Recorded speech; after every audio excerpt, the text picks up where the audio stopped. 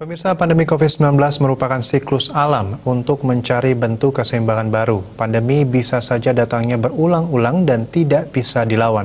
Oleh karena itu, umat manusia harus mampu beradaptasi agar lolos dari seleksi alam.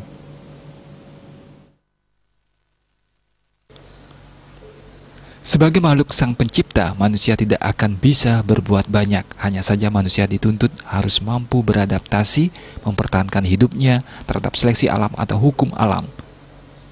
Pengamat sosial Priyadarsana memprediksi pandemi COVID-19 merupakan siklus secara alami. Pengembalian bentuk mencari keseimbangan baru. Manusia tidak akan mampu untuk melawannya. Manusia hanya saja bisa beradaptasi, mempertahankan hidupnya. Siklus alam yang harusnya tidak mungkin kita bisa hindari. Siapa yang bisa melawan dan siapa yang telah kuat dengan hal ini. Tapi kenyataan kan banyak sekali. Semua usaha ataupun bisnis yang besar pun juga tumbang.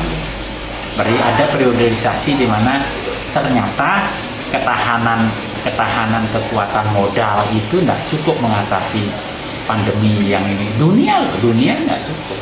Ternyata memang ada equilibrium baru, ada keseimbangan baru secara alami, harus kita mulai beradaptasi tentang hal itu. Kesadaran ini harus tumbuh juga dari dalam. Oh, ternyata bahwa ketergantungan kita pertumbuhan ekonomi yang di Bali ya terutama, yang dilakukan dengan semata-mata melalui pariwisata tidak cukup tangguh menghadapi risiko yang sangat tinggi seperti sekarang ini.